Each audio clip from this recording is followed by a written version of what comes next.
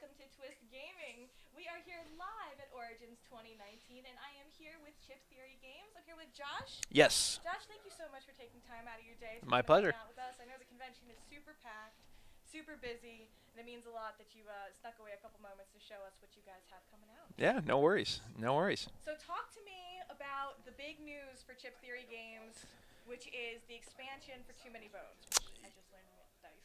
Yes, yeah. um, yeah, so we are right now in the last 48 hours of our big Too Many Bones Splice and Dice Kickstarter, which is a few actually new expansions for our Too Many Bones franchise, which is our most popular game series. So the Kickstarter has about 26 hours left to go, I think, and it's supporting a new character, actually two new characters, but one of them is four characters in one. So before we head over to here, as our Yeah. audience is watching Oh live, yeah. where can they go on Kickstarter? What are they searching for to Yeah. get So your campaign? yeah, absolutely. So if you are interested in the campaign, you have not seen it yet. It is Too Many Bones, Splice and Dice. I think if you just type in Too Many Bones and the word splice is the easiest way to find it. Not slice, splice, as in genetics. Yes. That works. All right. Yeah. So Josh, I got a little bit of board game magic. So if I get some fairy fingers, you What? want to do? What? Yeah. Oh. Oh, there we. Oh, I see. Okay. Sorry. There we Sorry. go. So what do we have here? Yeah, okay, so what we have here is we have Too Many Bones Undertow. Undertow released last year at Gen Con and is approaching sellout status worldwide. So we've got a few at Origins, we've got a few at Gen Con, or we have a few reserved for Gen Con. But so that's one of the things that the Kickstarter is supporting is a full reprint of Undertow and just everything in our Too Many Bones franchise. So yeah, so this right here, these are some of the mats from Too Many Bones Undertow, and then this stuff right here is some of the new stuff that's on the Kickstarter. So, but yeah, if you're not familiar with Too Many Bones, it is we call it a dice builder RPG, and basically you take on the role of one of these little, I don't know, gnome goblin-y creatures we call gearlocks, and they're all super super unique. They play kind of asymmetrically, and it's a cooperative 1 to 4 player game. So we have actually a huge contingent of Chip Theory fans and Too Many Bones fans are solo board gamers. So Okay. that's a huge thing that are a huge part of our audience. And basically, you're playing one of these characters, and as you go, you can unlock up to 16 unique skill dice as you Very go. cool. So you're going to fight monsters on this mat that I can take out a couple of those. And there's the poker chips. Yeah, yeah, yeah. So there's a whole bunch of baddies in the game that have all sorts of nasty abilities that you have to contend with, along with just normal attacks and So so let on. me see one of those. We'll get it underneath the Yeah, close-up let's camera. do this guy right there. There you go. Whoops, sorry. Just kidding. All right. So we have Hardy's Assault. We have Hardy and Assault. Yeah, Okay. so Hardy is one of the nastiest abilities in the game, and what that one does is actually no matter how much you hit that guy no matter how much damage you try to apply to him, he's only ever going to take 1 damage at a time. Okay. So one of the interesting things about Bones is combat. The combat system on a really, really base level is really pretty simple. It's dice combat. You're rolling attack dice and skill dice, but every baddie is going to have some horrible, unique combination of skills that are going to make your life more miserable and more of a headache. So Okay. it's going to yeah, it ends up taking on a very like puzzly nature as you try to figure out, okay, which baddies do we need to take down first? Which ones are going to have the nastiest abilities which ones can we save for later? And I guess this all has to also play in with what abilities you have and which Correct. character you're playing. Yep, exactly. So we call it a dice builder RPG because you're unlocking skills to build your own character, but then also on your turn you're building the role that you want to use against whatever's going on the battle mat. So Okay. you have a defense stat, you have an attack stat, and then you have dexterity, which controls the total amount of dice you can roll. So if I have 1 attack and 1 defense, I can choose to just roll 1 of each. But if I have 3 attack, 3 defense, and a few skills, then I take a look at my dexterity stat, which is 4, and I can roll 4 total dice. So I have to figure out, okay, how much defense do I want? How much standard attack do I want? And then do I want any skills in play at the same time? So yeah, I don't know. It's been the Kickstarter's been a huge hit. We're getting close to about $1 million on the Kickstarter, so we're super excited about that. And then there's some new characters that are going on too. So I brought the So, prototype mats for those guys. But yeah, so talk to me about the new characters, because everybody loves. yeah. So normally. I'll talk about Dart first. Yeah. Normally the Gearlocks, it's a single-sided mat, and their skills are fairly straightforward. We wanted to do something kind of crazy with Dart, and so Dart is actually a thicker mat, and I'll show why in a second. But Dart is two-sided. Look at that. So her normal side. So the theme here is that she's kind of been tested on in a dark, scary laboratory, and then she managed to escape. So, but she's a little bit. So all her abilities are like names of toxins and drugs that she stole from the lab where she was being tested on. Oh, But she's got an unstable side from what she was forced to reckon with in the lab.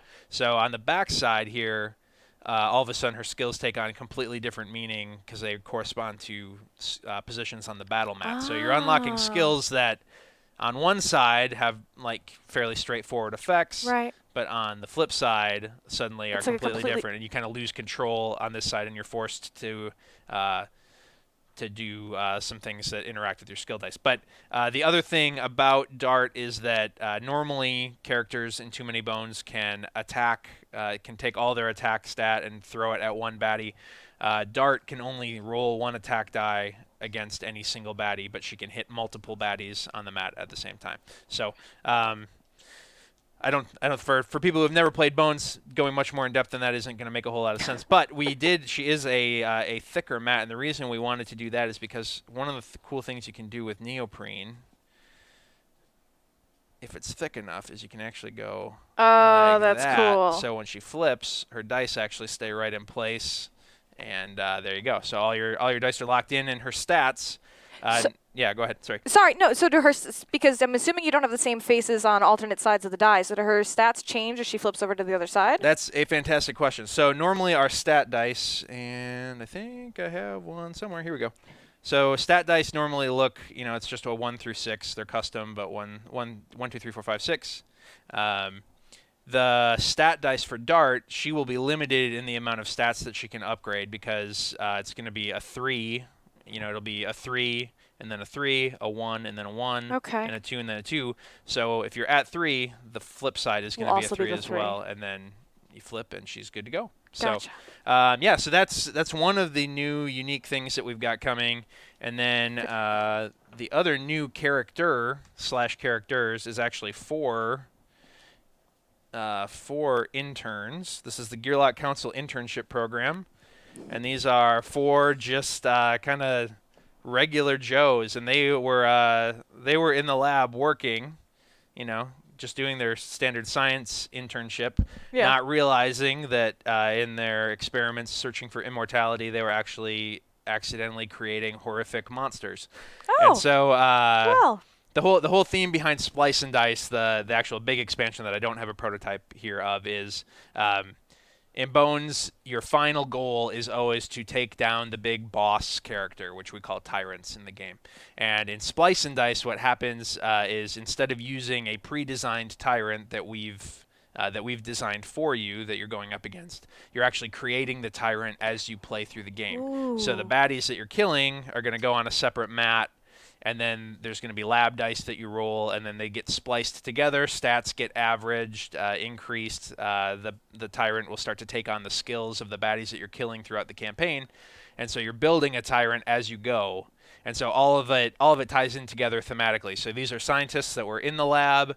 Dart is somebody that was unfortunately tested on, and then in the meantime, you can play a mode in the game where you have no idea what your tyrant's going to look like at the end of the game, so it's a unique surprise and kind of endless content moving forward. That definitely, that's super cool. That really adds to replayability, and it gives you an extra level of challenge because you're not exactly sure what this end thing is going to be because it's all Right. kind of up to chance essentially. Yeah, not completely up to chance. You have Right. a little bit of control over it, but typically, the boss characters, the tyrants in Too Many Bones, they all have kind of their own shtick, so to speak, where like you're going to plan to fight that final battle in the Right. appropriate way. You're going to level up your character in that appropriate way.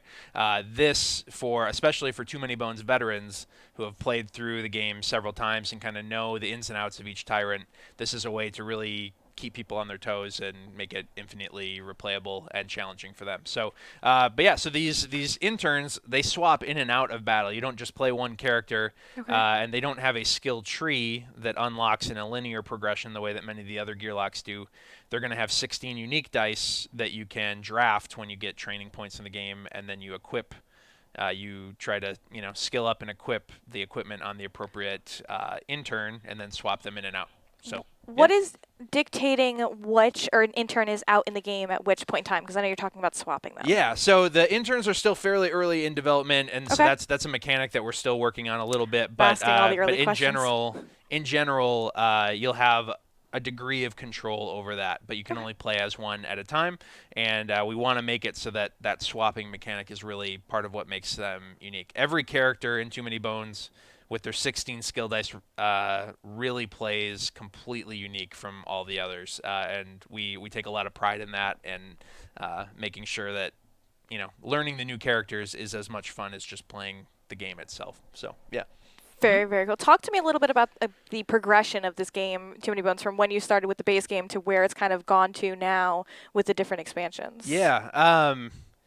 Well, in short, it's been way more successful than we ever had kind of hoped and dreamed. So when the original Too Many Bones was developed primarily by Josh and Adam Carlson, and they were just two dudes with full-time jobs and families working part-time, and they developed this massive box, insanely heavy game, and started to become really, really popular. So it was developed in such a way that the characters, playing your character, as I was just talking about, is really a big part of the appeal. So we added more characters. The base game's $125, actually $130 now. And so there were a lot of people that were afraid to take that plunge. That's obviously not a cheap board game by any wild stretch. So Undertow was developed to kind of give people a entry point. So Undertow is a standalone expansion to Too Many Bones, but it only has 2 characters in the box. So Bones and Undertow are both 1 to 4 players. Undertow comes with 2 characters though that you play at. But it has a much cheaper price point. It's $40 cheaper. We went there, and then we developed some more content expansions along with Undertow that added some more scenarios to the game and things like that. And then when we had fans that were asking for more content, more characters, more whatever, and we didn't want to just continue to do the same old status quo, keep just adding more content, more baddies, more whatever. So we really sought out an expansion, trying to make an expansion that would do something really, really crazy that nobody would expect, and that's really what Splice and Dice turned into. And then along with that, we wanted to do some unique things with characters, with the multi-mat, and then with the dual-sided character. Again, things that people weren't necessarily anticipating or expecting. So we're all about trying to up the ante with each and everything that we do at Chip Theory, which is why our games are as overproduced as they are. And that this was kind of the next step for us. So, No, I yeah. mean, I think I would be remiss if we didn't talk about the level of quality, especially with the neoprene mats. So Yeah. talk to me a little bit about, you're talking about things being overproduced, but I feel like that's attention to detail and pride in your work. So talk to me a little bit about why you guys made this decision and to do these things this way is, Right. what I'm getting at. Right. Yeah. So it started. I think Josh and Adam, who founded the company, they're the owners and the lead designers for the company as well. They both enjoyed playing poker and both enjoyed playing. I don't know if they were any good at it. You'd have to ask them. But both enjoyed just that aesthetic of heavy chips on neoprene mats. And so that's really where it started. And then this is back, before board games were a huge deal on Kickstarter. They launched their first game, Hoplomachus, and the thesis around it was, putting heavy chips, a tactical skirmish game with heavy chips on neoprene mats, because it just felt good. And so then, what we got probably a better response to the chips and neoprene concept than we even than we even had expected. And so then it was about, okay, what do we do next? So then as they started working on their next games after the Hoplomachus series, then it was about, can we cut holes in neoprene? Can we die cut neoprene and start slotting dice in? And so that was kind of the jumping off point for Too Many Bones, and it went from there. And these originally were not edge stitched, and then we found out that you could edge stitch neoprene, which has become a big deal even just in the last 2 years. So then we started edge stitching everything, and that we just kept upping the ante. The cards in the game are PVC; they don't need to be sleeved. The dice are all custom, like heat screen or heat HD printed. They're not they're not just They're not generic stickers. dice, right? They're Yeah, not, definitely yeah. not stickers. And so now the game that we kickstarted in October that'll be coming out at Gen Con, Cloudspire. Now we have a modular neoprene board that's fitting together, and I think we're the first people to do that. I don't know. I can't promise that. I probably shouldn't make outlandish statements like that. But it's all about. It's not on Again, the internet. Nobody will ever know. yeah, Don't worry about it. exactly. In Cloudspire, we have pegs that go in little tiny holes that are drilled into the neoprene to track things and stuff. So, yeah, it's all just about constantly trying to push the envelope and constantly trying to do something that is impressive. We're not really into minis ourselves. Nothing against those who are, but like we're not big mini painters or gamers ourselves. So the chips to us work really, really well as units on a board. We don't want to become pigeonholed into always tracking health with chips, but the units all as they're moving around the battle mat, it's tracked with health chips underneath them. So yeah, I don't know. We continue to try new things, try and evolve, and I don't know. We've got big ideas for what to do next. So yeah, Like what? I can't talk about that. You Can't know, talk about I that. thought I Yeah. was on a roll. Yeah. Oh, all right. Let us get through this Kickstarter. Then Then you we'll can start breathe. talking about what's new coming soon. Yeah. That works for me. Josh, thank you so much for coming to show us Undertow and to talk about the Splice and Dice Kickstarter. Guys, best of luck. 26 hours. So if this is something that really has got you interested, make sure that you head over to the Kickstarter page and pledge. Do you know? I know I'm kind of putting you on the spot here. Yeah. So, but do you know what the various pledge levels are? Like, have you set this campaign up to where Yeah. it's minimal pledge levels, or do you have add-ons? Yeah. What are you doing? So two things. If you are totally on the fence about Too Many Bones, and you don't have time, you don't think 26 hours is enough time to gather what you need to Make pledge for this game. There is a $5 pledge level. We call it the ethically dubious researcher level. And you can go ahead and pledge for $5 and you'll have full access to all the deals, all the bundles that are in the campaign. You'll have access to the pledge manager after it launches. And then there is, if you already know you love Bones, you've kind of been on the fence, but you're about ready to jump in, there's a really, really solid deal. You can get Too Many Bones and Undertow for $190, which is like $30 off the MSRP. And we don't put our games on sale. We only sell direct through our website and through Kickstarter and at conventions. The margins on this stuff are slim, as you can imagine. And so selling direct is how we actually are able to make our business work. So I would recommend, the base game bundle pledge level or a $5 level for those of you who are not already familiar with what we do and what we're all about.